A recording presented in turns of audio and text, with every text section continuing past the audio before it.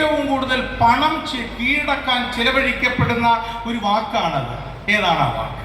Algorithm. Algorithm ഇന്ന് സാമൂഹ്യ മാധ്യമങ്ങളുടെ മാത്രമല്ല സർവ്വതിന്റെയും അൽഗോരിതം തങ്ങൾക്ക് വഴക്കത്തിലാക്കാൻ, തങ്ങൾക്ക് വശപ്പെടുത്തുവാൻ ശ്രമിക്കുകയാണ്, അല്ലെ? ആ അൽഗോരിതം എന്ന വാക്കുണ്ടായത് ഇദ്ദേഹത്തിന്റെ പേരിൽ നിന്നാണ്. മുഹമ്മദ് ബിൻ മൂസ അൽ ഖ്വാരിസ്മിയാണ്. അൽ ഖ്വാരിസ്മിയുടെ പേരിൽ നിന്നാണ് അൽഗോരിതം എന്ന വാക്കുണ്ടായത്. അദ്ദേഹത്തിന്റെ പ്രശസ്തമായ കൃതികളൊക്കെ ലാറ്റിനിലേക്ക് തർജ്ജമ ചെയ്യപ്പെടുകയും ചെയ്തു. ആൾജിബ്രയുടെ പിതാവാണ് അദ്ദേഹം. ശരി, എന്താ പേര്? ഹാദി. എന്താ മൊബൈൽ ഫോൺ ഇല്ലേ? ഇന്ന് മുതൽ ദിവസം 1 മണിക്കൂർ എനിക്ക് വേണ്ടി വൈകുന്നേരം മൊബൈൽ ഫോൺ ഓഫ് ചെയ്യുകയും പുസ്തകത്തിൽ മാത്രം ശ്രദ്ധിക്കുകയും ചെയ്യാമോ?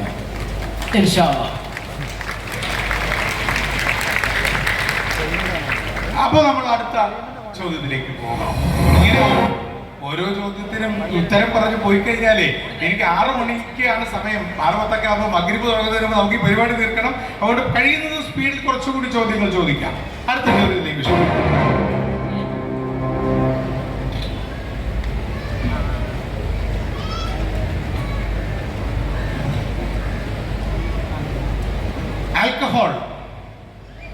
ആൽക്കഹോൾ എന്ന വാക്കിന്റെ ഉൽപ്പത്തി ചരിത്രം പരിശോധിക്കുമ്പോൾ അൽ കൂഹൈൽ, ദ സ്പിരിറ്റ് എന്നതിൽ നിന്നാണ്, അസീറിയൻ കാലഘട്ടത്തിൽ നിന്നാണ് സത്യത്തിൽ ആ വാക്ക് ഉൽപ്പാദിപ്പിക്കപ്പെട്ടത് എന്നൊക്കെയാണ്.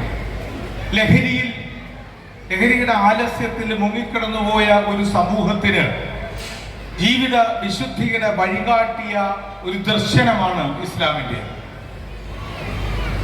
ലഹരി കൊണ്ട് മുറിവേൽക്കപ്പെടുന്നവൻ, ലഹരി കൊണ്ട് മരിക്കുന്നവൻ ഒരാൾ മാത്രമല്ല, ആ കുടുംബത്തെയും ആ സമൂഹത്തെയും തന്നെ അവനോടൊപ്പം മരിക്കാൻ നിർബന്ധിതമാക്കുന്നു എന്നാണ്. ആരോഗ്യവും സമ്പത്തും മാത്രമല്ല, അവന്റെ സാമൂഹിക അംഗീകാരങ്ങളും സൗഹൃദങ്ങളും കുടുംബ ബന്ധങ്ങളും സർവവും നശിച്ച് ഒരു മനുഷ്യന് ലഭിക്കാവുന്ന ഏറ്റവും നീചമായ മരണത്തിലേക്ക് അവനെ തള്ളിവിടുന്നത് ലഹരിയാണ്. ലഹരിയിൽ നിന്ന് മുക്തമാക്കപ്പെടുക എന്നത് ഒരു വലിയ ഭാഗ്യമാണ് എന്ന് കരുതുന്നു.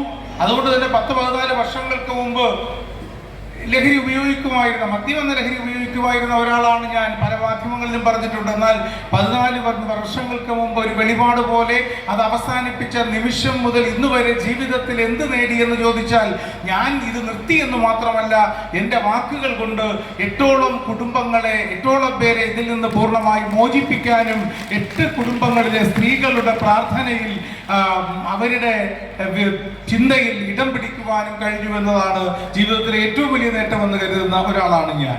ഏറ്റവും പുതിയ പുസ്തകവും ഇതിനെക്കുറിച്ചാണല്ലോ.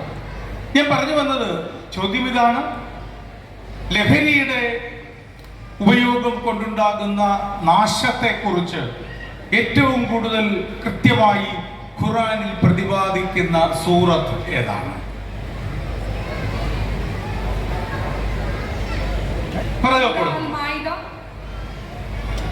ആരാ പറഞ്ഞേ? സൂറത്തുൽ മാഇദ. വരൂ.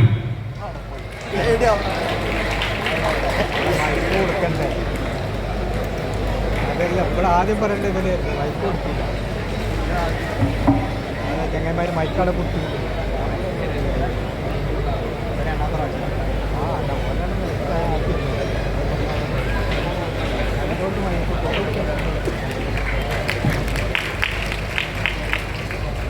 പക്ഷേ എന്തിനാണ് ഈ വിഷയം ചോദിച്ചത് എന്ന് ചോദിച്ചാൽ അത് നമ്മുടെ കുട്ടികളോട് കൂടി ഓർമ്മിപ്പിക്കാനാണ്.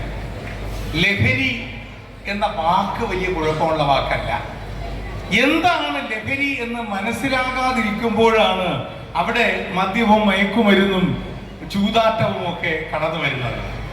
ജീവിതത്തിലെ യഥാർത്ഥ ലഹരി എന്ത് എന്ന് തിരിച്ചറിയുവാനുള്ള അവസരം കൂടിയായി ഈ വൈകുന്നേരത്തെ നമ്മുടെ കുട്ടികളിൽ ചിലർക്കെങ്കിലും കാണാൻ കഴിയണം. 2 ലഹരികൾ ജീവിതത്തിൽ ഉള്ളത്. ഒന്ന് ജീവിതം എന്ന ലഹരി തന്നെയാണ്. ജീവിതം എന്ന കയറ്റിറക്കങ്ങളെ അറിഞ്ഞും അനുഭവിച്ചും പ്രതിരോധിച്ചും മുന്നോട്ട് പോകുന്നത് ഒരു ലഹരിയാണ്.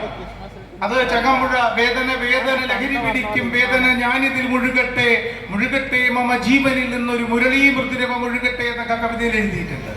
പക്ഷെ അതിനപ്പുറത്തൊരു ലഹരിയുണ്ട്. ആ ലഹരിയെ കുറിച്ച് പറഞ്ഞാണ് ലോകത്തിലെ ഏറ്റവും മനോഹരമായ ലഹരിയെക്കുറിച്ച് പറഞ്ഞ് അവതീർണമായതാണല്ലോ പരിശുദ്ധ ഖുർആൻ. വായിക്കുക, അറിയുക എന്നതിനേക്കാൾ കൂടുതൽ ആഹ്ലാദിപ്പിക്കുന്ന, പ്രചോദിപ്പിക്കുന്ന മറ്റൊരു ലഹരിയും ഈ പ്രപഞ്ചത്തിലില്ല എന്ന് നമ്മുടെ കുട്ടികളെ ഓരോ നിമിഷവും ഓർമ്മിപ്പിക്കുവാൻ കൂടി ഈ അവസരം വിനിയോഗിക്കുന്നു. വായനയും അറിവും നമ്മളിൽ ഉണ്ടാക്കുന്ന അത്ഭുതകരമായ ചില മുഹൂർത്തങ്ങളും ചില ലഹരികളും ഉണ്ട്. ഇപ്പോ പുരുഷന്റെ വാരിയലിൽ നിന്ന് സ്ത്രീയെ സൃഷ്ടിച്ചു എന്ന് കരുതിയിരുന്ന ഗാലന്റെ സിദ്ധാന്ത കാലത്ത് ആ മൂഢത്വം വെളിപ്പെടുത്തുവാൻ വേണ്ടി ശവക്കോട്ടകളിലെ സെമിത്തേരികളിൽ പാതിരാത്രികളിൽ ചെന്നൊരു മോഷ്ടാവിനെ പോലെ മൃതദേഹങ്ങൾ മോഷ്ടിച്ച് കീറി മുറിച്ച് പരിശോധിച്ച് വാരിയലുകളുടെ എണ്ണം തുല്യമാണെന്ന് കണ്ടെത്തിയ അനാട്ടമിയുടെ പിതാവായ ആന്ത്രേ വെസേലിയസിന്റെ ജീവിതത്തെക്കുറിച്ച് വായിക്കുമ്പോൾ നമുക്കുണ്ടാകുന്ന ഒരു, നമ്മുടെ നാടൻ ഭാഷയിൽ പറഞ്ഞാൽ ഒരു ഗുമ്മുണ്ടല്ലോ. വിജ്ഞാനത്തിന് വേണ്ടി ഇത്തരം വിപ്ലവങ്ങൾ നടത്തിയ മനുഷ്യരെ കൊണ്ടാണല്ലോ നമ്മുടെ സമൂഹം ഉണ്ടായത് എന്ന്. വായിക്കുന്നതാണ് ഏറ്റവും വലിയ ലഹരി എന്ന് തിരിച്ചറിയുന്ന നിമിഷത്തിൽ നമ്മൾ മനുഷ്യ പരിണാമത്തിലെ മറ്റൊരു സത്യവും തിരിച്ചറിയും. അത് രാമാപിത്തക്കസും ആസ്ട്രലോപിത്തക്കസും നിയന്ത്രാലും ക്രൊമാഗ്നനും ഹോമോ ഇറക്ടസും ഹോമോ സാപ്പിയനുമായുള്ള പരിണാമ ചരിത്രം ഒക്കെ അവിടെ നിൽക്കട്ടെ. ഇതൊക്കെ ആയിക്കഴിഞ്ഞിട്ടും ആദ്യത്തെ മനുഷ്യൻ ജനിച്ചിട്ടും സത്യത്തിൽ ആദ്യ മനുഷ്യൻ ജനിച്ചത് അങ്ങനെ രൂപം കൊണ്ട് മനുഷ്യനുണ്ടായപ്പോഴല്ല, രൂപം കൊണ്ടുണ്ടായവനല്ല ആദ്യത്തെ മനുഷ്യൻ. വാലു പോയിട്ടും വാനരൻ സത്യത്തിൽ നരനായില്ല. വാലുപോയി, രൂപം വന്നു, മനുഷ്യന്റെ ഇന്ന് കാണുന്ന ശാരീരിക ഘടനകളെല്ലാം വന്നിട്ടും മനുഷ്യൻ ജനിച്ചില്ല. The first man on the earth, അതെപ്പോ ജനിച്ചു എന്ന ചോദ്യം, അതിനുത്തരം മറ്റൊന്നാകണം. അത് man continued to be an ape and he ceased to be an ape on the day the first book was written on the face of the world. മനുഷ്യൻ രൂപം മാറിയിട്ടും നരനാകാതെ വാനരനായി തന്നെ തുടർന്നു. വാനരനിൽ നിന്ന് മനുഷ്യൻ പൂർണ്ണമായി ഉയർത്തെഴുന്നേറ്റത് ഈ ലോകത്തിലെ ആദ്യത്തെ പുസ്തകം എഴുതപ്പെട്ട നിമിഷത്തിലാണ് ആദ്യത്തെ മനുഷ്യൻ ജനിച്ചത് എന്നുകൂടി നമ്മുടെ മക്കളെ ഓർമ്മിപ്പിക്കുവാൻ ഈ അവസരം വിനിയോഗിക്കുന്നു. വിഷ്ണു, അടുത്ത ചോദ്യം.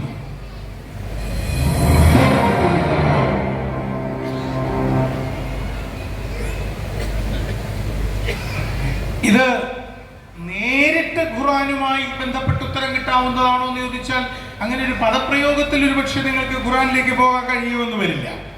ചോദ്യം ഇതാണ്, നമ്മുടെ ഈ കോവിഡ് കാലഘട്ടത്തിലെ വളരെ പ്രധാനപ്പെട്ട ഒരു ഒബ്സർവേഷനാണ് ഇദ്ദേഹം നമ്മുടെ ക്രെയ്ഗ് കൺസിഡൈൻ നടത്തിയത്.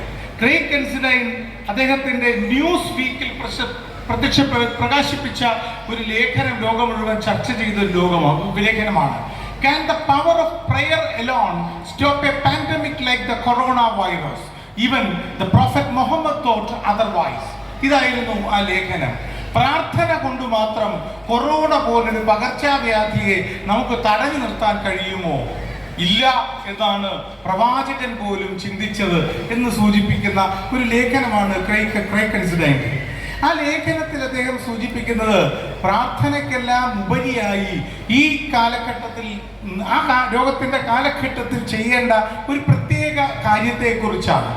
അത് ക്ഷയരോഗം ബാധിച്ചു കഴിഞ്ഞാൽ വീടുകളിൽ നിന്ന് പുറത്തിറങ്ങാതിരിക്കുന്നവർക്ക്, രക്തസാക്ഷിത്വം വരിച്ചവർക്ക് തുല്യമായ പദവി സ്വർഗത്തിൽ ലഭിക്കും. അങ്ങനെ ഇല്ലേ ഒരു നിർദ്ദേശം? ഇല്ലേ? ഉണ്ട്. പിന്നീടുള്ള ചരിത്രത്തിൽ പ്ലേഗ് ബാധ ലോകത്തിൽ പടർന്നപ്പോഴുള്ള ഈജിപ്തിലെ ഭരണാധികാരികളും ഈ നിർദ്ദേശം ഉന്നയിച്ചിരുന്നു. അവർക്കൊക്കെ പ്രചോദനമായത് ഖുർആനിൽ നിന്നുള്ള ആ ദർശനമാണ്. അത് ഒരു പ്രത്യേക സാമൂഹ്യ രീതി അവലംബിക്കുന്നതിനെ കുറിച്ചാണ്. അപ്പോൾ ആ അർത്ഥത്തിൽ നമ്മൾ ദൃഷ്ടാന്തം എന്ന വാക്ക് പറഞ്ഞതല്ലേ ഉള്ളൂ. നൂറ്റാണ്ടുകൾക്ക് മുമ്പ് തന്നെ സാമൂഹ്യ സുരക്ഷയുടെ ഒരു ദർശനം കൃത്യമായി അവതരിപ്പിച്ചത് ഖുർആനിലൂടെയാണ് എന്ന് പറയാം. എന്തിനെ കുറിച്ചാണ് ഈ ലേഖനം, അല്ലെങ്കിൽ ഖുർആൻ ആദ്യമായി അവതരിപ്പിച്ചതെന്ന്, അല്ലെങ്കിൽ പ്രാർത്ഥനകൾ കൊണ്ട് മാത്രമല്ല ഇതുകൂടി വേണം എന്ന് പ്രവാചകൻ പോലും നിഷ്കർഷിച്ചു അന്ന് എന്ന് പറഞ്ഞത് എന്തിനെ കുറിച്ചാണ്? എഴുന്നേറ്റ് എന്നുള്ള അവസരം കൊടുക്കാം.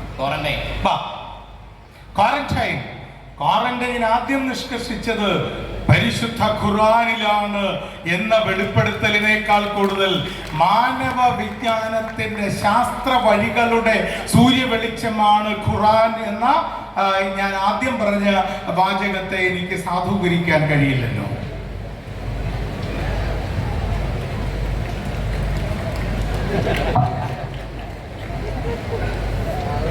അപ്പോ പ്രാർത്ഥന എന്നതുപോലെയാണ് കർമ്മത്തിലുള്ള കൃത്യതയും.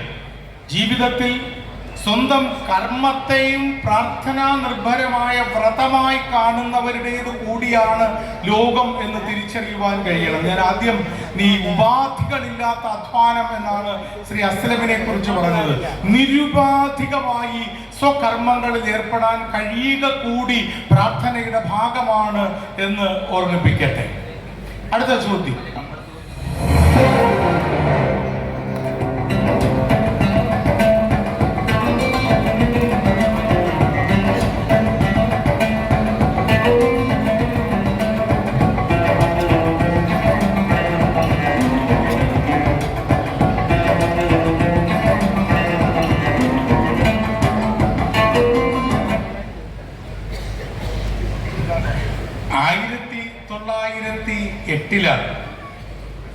ഈ റെയിൽ ആരംഭിച്ചത്.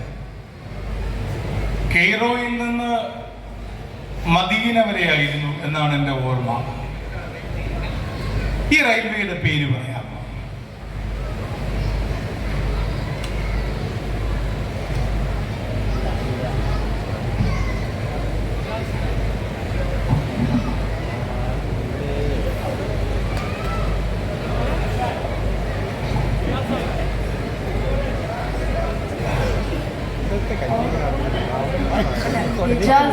Hejaz railway. ആരാ പറഞ്ഞേ? ഇത് ഹെജാസ് റെയിൽവേ ആണ്. ഈ പരിപാടി ശരിയല്ല. ഈ പരിപാടി ശരിയല്ല. കടലാസ് കൊടുത്തിട്ട് എഴുതിക്ക് അങ്ങനെയൊക്കെയല്ല വേണ്ടത്. ഭക്ഷണം കൊടുക്കുന്നത് നമ്മൾ ഈ കർമ്മത്തിലുള്ള കൃത്യത. അല്ല, ഒരു സെക്കൻഡ് ഞാൻ പറഞ്ഞോട്ടെ. കർമ്മത്തിലുള്ള കൃത്യത എന്ന് തൊട്ട് മുമ്പ് പറഞ്ഞേ ഉള്ളൂ. കർമ്മത്തിലുള്ള കൃത്യത ഉപാധികളില്ലാതെ പ്രവർത്തിക്കുന്നത് ആണ് പ്രാർത്ഥന എന്നും പറഞ്ഞല്ലോ. ഞാൻ ഉത്തരം പറയാം എന്ന് 5 പേർ ആലോചിക്കുന്നതിലല്ല, ഉത്തരം പറയുന്നതിലാണ് കർമ്മം കൃത്യമായി പ്രാവർത്തികമാക്കപ്പെടുന്നത്. അടുത്ത അവസരമുണ്ട്. റെയിൽവേ. അത് നമ്മൾ വിജ്ഞാനവും ശ്രേഷ്ഠമായ ഒരു ഇബാദത്താണെന്ന് പറയാറുണ്ടല്ലോ. അറിവ് ഒരു വലിയ ഇബാദത്താവും. പക്ഷെ എന്താണ് അറിവ്, അല്ലെങ്കിൽ ഇബാദത്താകുന്ന അറിവെന്ത് എന്നൊരു ചോദ്യം കൂടിയുണ്ട്. പരീക്ഷയിലൊക്കെ നമുക്ക് ജയിക്കാൻ അറിവ് വേണം, A+ ഒക്കെ കിട്ടാൻ അറിവ് വേണം, ഇല്ലേ അക്ബർ? പക്ഷെ ജീവിതത്തിൽ A+ കിട്ടാൻ വേറൊരു അറിവ് വേണം. ആ അറിവ് കൊണ്ട് പരീക്ഷയിൽ A+ കിട്ടിയെന്ന് വരില്ല. ആ 2 അറിവുകൾ ചേരുന്നതാണ് മിടുക്ക് അല്ലെങ്കിൽ